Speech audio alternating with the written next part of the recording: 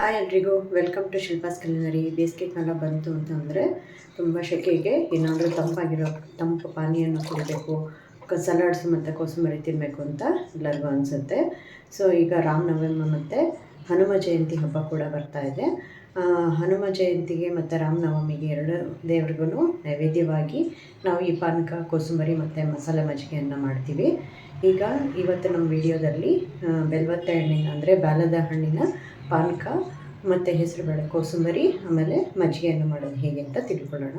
ಮೊದಲಿಗೆ ನಾವು ಕೋಸಂಬರಿಗೋಸ್ಕರ ನಾನಿಲ್ಲಿ ಹೆಸರುಬೇಳೆನ ಒಂದು 1/4 ಲೋಟದಷ್ಟು ಹೆಸರುಬೇಳೆಯನ್ನು ತೊಗೊಂಡು ಚೆನ್ನಾಗಿ 2-3 ಸತಿ ನೀರು ಹಾಕಿ ತೊಳೆದು ಆಮೇಲೆ ಅದಕ್ಕೆ ನಾವು ನೀರು ಹಾಕಿ ಒಂದು 2 ಗಂಟೆಯಷ್ಟು ನೆನೆಸಬೇಕು.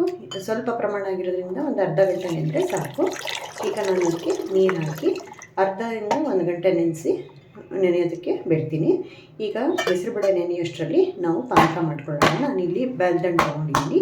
ಇಲ್ಲ ಅಂದರೆ ನಿಂಬೆಹಣ್ಣಿನ ಪಾನಕ ಮಾಡ್ತಾರೆ, ಇಲ್ಲ ಬೆಲ್ಲದ ಪಾನಕ ಮಾಡ್ತಾರೆ. ನಾನು ಬೆಲ್ಲದ ಹಣ್ಣು ಇವಾಗ ಸಮ್ಮರ್ ಸೀಸನಲ್ಲಿ ಇದು ಒಳ್ಳೆಯದಿದು ಅಂತ ಅಂದ್ಬಿಟ್ಟು ತೊಗೊಂಡಿದ್ದೀನಿ. ಮತ್ತು ದೇವ್ರಿಗೂ ತುಂಬ ಪ್ರಿಯ ಇದು. ಬೆಲ್ಲದಣ್ಣು ತುಂಬ ಆರೋಗ್ಯಕರವಾದದ್ದು, ಏಕೆಂದರೆ ಬಾಡಿ ಕೂಲೆಂಟ್ ಅಂತ ಹೇಳ್ತಾರೆ. ಅಂದರೆ ಈ ಬೇಸಿಗೆನಲ್ಲಿ ಪಿತ್ತ ಜಾಸ್ತಿ ಆದಾಗ, ಅಂದರೆ ಹೀಟ್ ಜಾಸ್ತಿ ಆದಾಗ ಬಾಡಿ ಹೀಟ್ ಕಮ್ಮಿ ಮಾಡೋಕ್ಕೆ ಈ ಬೆಲ್ಲದಣ್ಣನ್ನು ನಾವು ಎಷ್ಟು ಉಪಯೋಗಿಸ್ತೀವೋ ಅಷ್ಟು ಒಳ್ಳೆಯದು. ಬೆಲ್ಲದಣ್ಣಿನ ಜ್ಯೂಸು ತುಂಬ ಒಳ್ಳೆಯದು ಅಂತ ಹೇಳ್ತಾರೆ. ಹಾರ್ಟಿಗೆ, ಡಯಾಬಿಟಿಸ್ ಕಂಟ್ರೋಲ್ಗೆಲ್ಲ ಒಳ್ಳೆಯದು. ಹೇರ್ ಮತ್ತು ಸ್ಕಿನ್ಗೂ ಕೂಡ ಒಳ್ಳೆಯದು ಅಂತಾರೆ.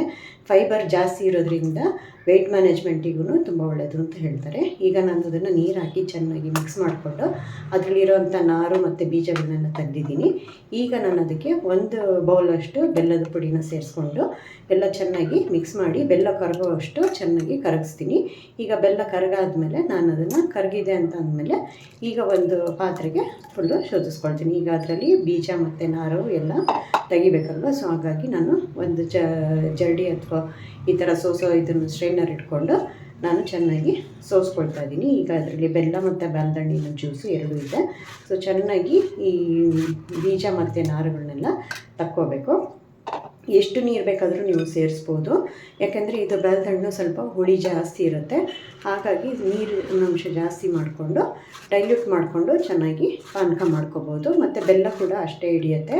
ಒಂದು ಬೆಲ್ಲದಣ್ಣಿಗೆ ನಾನು ಸಾಧಾರಣ ಇಲ್ಲಿ 1/4 kg ಅಥವಾ 200 ಗ್ರಾಮ್ ಅಷ್ಟು ಬೆಲ್ಲನ ತೊಗೊಂಡಿದ್ದೀನಿ, ಏಕೆಂದರೆ ಹುಳಿ ಇದ್ದರೆ ಬೆಲ್ಲನೂ ಜಾಸ್ತಿ ಹಿಡಿಯುತ್ತೆ.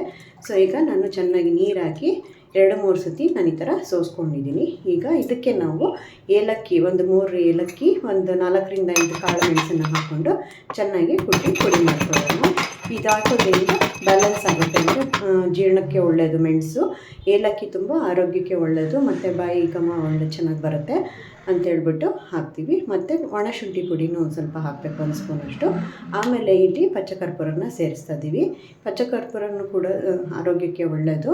ಮತ್ತು ಇದನ್ನು ದೇವರ ನೈವೇದ್ಯಕ್ಕಾಗಿ ಮಾಡ್ತಾ ಇರೋದ್ರಿಂದ ಒಂದು ಸ್ವಲ್ಪ ಪಚ್ಚಕರ್ಪೂರ ಕೂಡ ಹಾಕೋಬೇಕು. ಇದಿಷ್ಟನ್ನು ಸೇರಿಸಿ ಕೊನೆಯಲ್ಲಿ ನಾವು ತುಳಸಿ ದಳನ, ಅಂದರೆ 2 ತುಳಸಿ ಎಲೆಗಳನ್ನ ಸೇರಿಸಿದ್ರೆ ನಾವು ಈಗ ಮಾಡಿರೋಂಥ ಬೆಲ್ಲದ ಹಣ್ಣಿನ ಪಾನಕ ರೆಡಿಯಾಗಿದೆ. ಚೆನ್ನಾಗಿ ಕೈ ಆಡಿದ್ರೆ ಆಯಿತು. ತುಳಸಿ ಎಲೆ ಕೂಡ ಆರೋಗ್ಯಕ್ಕೆ ಒಳ್ಳೆಯದು. ಇದು ಬೆಲ್ಲದ ಹಣ್ಣಿನ ಪಾನಕ ರಾಮನವಮಿ ಹಾಗೂ ಹನುಮ ಜಯಂತಿ ಎರಡಕ್ಕೂ ನೈವೇದ್ಯವಾಗಿ ಮಾಡ್ಬೋದು. ಈಗ ನಾವು ಕೋಸಂಬರಿ ಮಾಡೋಣ. ಈ ನೆನೆಸಿಟ್ಟಂಥ ಹೆಸರುಬೇಳೆ 1 ಬೌಲು, ಆಮೇಲೆ ಸಿಪ್ಪೆ ತೆಗೆದು ಹೆಚ್ಚಿಟ್ಟಂಥ ಸೌತೆಕಾಯಿ 1 ಬೌಲು, ಆಮೇಲೆ ತುರಿದಿರೋಂಥ ಕ್ಯಾರೆಟ್ 1 ಬೌಲು, ಕಾಯಿ ತುರಿ 1 ಬೌಲು, ಎಲ್ಲದನ್ನು ಒಂದೊಂದು ಬೌಲ್ ಹಾಕ್ಕೊಂಡು ಈಗ ಅದಕ್ಕೆ ನಾನು ಒಗ್ಗರಣೆ ಮಾಡ್ಕೊಳ್ತಾ ಇದ್ದೀನಿ. ಕಾದಿರೋ ಎಣ್ಣೆಗೆ ಸಾಸಿವೆ, ಹಸಿರು ಮೆಣಸಿನ್ಕಾಯಿ, ಹೆಚ್ಚಿರೋಂಥ ಕರಿಬೇವಿನ ಸೊಪ್ಪು, ಆಮೇಲೆ ಸ್ವಲ್ಪ ಹಿಂಗು, ಇದಿಷ್ಟು ಹಾಕಿ ಆಫ್ ಮಾಡಿ ಈಗ ಆ ಒಗ್ಗರಣೆನ ನಾನು ಇದಕ್ಕೆ ಸೇರಿಸ್ಕೊಂಡಿದ್ದೀನಿ. ಸ್ವಲ್ಪ ಉಪ್ಪು ಹಾಕ್ಕೊಂಡು ಒಂದು ಅರ್ಧ ಹೋಳಷ್ಟು ನಿಂಬೆಹಣ್ಣನ್ನು ಹಾಕ್ಕೊಂಡು ಚೆನ್ನಾಗಿ ಮಿಕ್ಸ್ ಮಾಡ್ಕೋಬೇಕು. ಸ್ವಲ್ಪ ಕೊತ್ತಂಬರಿ ಸೊಪ್ಪು ಕೂಡ ಹಾಕ್ಕೊಳ್ಬೇಕು. ಇದಕ್ಕೆ ಬೇಕಂದರೆ ನೀವು ಬೇಯಿಸಿಟ್ಟಿರೋಂಥ ಕಾರ್ನ್ ಕೂಡ ಹಾಕ್ಕೋಬೋದು, ರುಚಿ ಇರುತ್ತೆ. ಆಮೇಲೆ ದಾಳಿಂಬೆ ಕೂಡ ಸೇರಿಸ್ಕೋಬೋದು, ಅದು ಕೂಡ ಚೆನ್ನಾಗಿರುತ್ತೆ. ಇದಿಷ್ಟು ಹೆಸರುಬೇಳೆ ಕೋಸಂಬರಿ ಮಾಡೋದಕ್ಕೆ.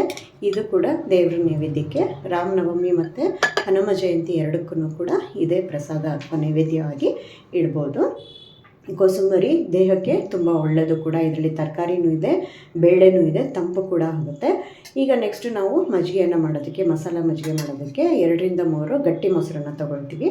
ಆದಷ್ಟು ಹುಳಿ ಇಲ್ಲದಿರೋ ಮೊಸರು, ಫ್ರೆಶ್ ಮೊಸರನ್ನು ತೊಗೊಂಡು ಅದಕ್ಕೆ ಸ್ವಲ್ಪ ಉಪ್ಪನ್ನು ಸೇರಿಸಿ ನಾನು ನೀರನ್ನು ಹಾಕ್ಕೊಳ್ತೀನಿ. ನೀರು ಮಜ್ಜಿಗೆ ಆಗಿರೋದ್ರಿಂದ ಚೆನ್ನಾಗಿ ನೀರು ಸೇರಿಸಿ ಸ್ವಲ್ಪ ನಿಂಬೆಹಣ್ಣನ್ನು ಹಾಕಬೇಕು. ನಿಂಬೆಹಣ್ಣು ಹಾಕೋದ್ರಿಂದ ದೇಹಕ್ಕೆ ತಂಪು ಕೂಡ ಆಗುತ್ತೆ ಮತ್ತು ರುಚಿನೂ ಒಳ್ಳೆಯದು. ಅದಕ್ಕೆ ಅರ್ಧ ಹೋಳು ಮಾತ್ರ ನಿಂಬೆಹಣ್ಣು ಹಾಕಿ ಚೆನ್ನಾಗಿ ಈ ವಿಸ್ಕರ್ ತೊಗೊಂಡು ವಿಸ್ಕ್ ಮಾಡ್ತಾಯಿದ್ದೀನಿ. ಇಲ್ಲ ಕಡ್ಗೋಲಿದ್ದರೆ ಮಂತ್ನಲ್ಲಿ ಕಡ್ಗೋಲಿಂದ ಮಂತಲ್ಲಿ ಚೆನ್ನಾಗಿ ಕಡ್ಬಿಟ್ಟು ಚೆನ್ನಾಗಿ ಆ ಜಿಡ್ಡೆಲ್ಲ ಹೋಗೋ ಥರ ಚೆನ್ನಾಗಿ ಕಡಿದು ನೀರು ಮಜ್ಜಿಗೆಗೆ ಸ್ವಲ್ಪ ಶುಂಠಿ ಮತ್ತು ಕೊತ್ತಂಬರಿ ಸೊಪ್ಪನ್ನು ಹಾಕಿ ಚೆನ್ನಾಗಿ ಜಜ್ಜಿಬಿಟ್ಟು ಈ ಥರ ತಗದ ಮಾಡಿ ಜಜ್ಜಿಬಿಟ್ಟು ಹಾಕಬೇಕಷ್ಟೇ. ಇದಕ್ಕೆ ಮಸಾಲೆ ನೋಡಿ ಈ ಥರ ಬರುತ್ತೆ. ಹೀಗೆ ತರಿಯಾಗಿ ಮಾಡಿಬಿಟ್ಟು ಹಾಕಿ ಚೆನ್ನಾಗಿ ಕೈ ಆಡಿದ್ರೆ ಮಸಾಲೆ ಮಜ್ಜಿಗೆ ರೆಡಿಯಾಗಿದೆ.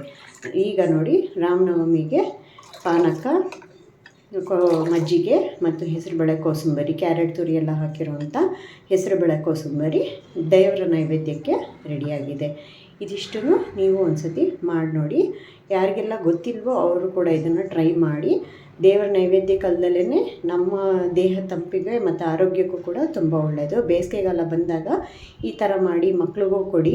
ಬೇರೆ ಹೊರಗಡೆ ಫ್ರೂಟ್ ಡ್ರಿಂಕು ಅದು ಇದು ಅಂತ ಕೋಲಾ ಅದು ಇದು ಯಾವುದಾದ್ರೂ ಡ್ರಿಂಕ್ಸ್ನ ಕುಡಿಯೋ ಬದಲು ಈ ಥರ ಬಾಲ್ದ ಹಣ್ಣಿನ ಜ್ಯೂಸನ್ನ ಮಾಡಿಕೊಟ್ರೆ, ಪಾನಕನ ಮಾಡಿಕೊಟ್ರೆ ಒಳ್ಳೆಯದು. ಯಾರೆಲ್ಲ ಈ ರೆಸಿಪಿ ಗೊತ್ತಿಲ್ವೋ ಅವರು ಒಂದ್ಸತಿ ಟ್ರೈ ಮಾಡಿ ಹೇಗೆ ಬಂತು ಅಂತ ತಿಳಿಸಿ. ಈ ವಿಡಿಯೋ ಇಷ್ಟ ಆಗಿದ್ದರೆ ಲೈಕ್ ಮಾಡಿ, ಶೇರ್ ಮಾಡಿ, ಸಬ್ಸ್ಕ್ರೈಬ್ ಮಾಡಿ. ನನ್ನ ಚಾನಲ್ನ ನೋಡಿದ್ದಕ್ಕೆ ಥ್ಯಾಂಕ್ ಯು.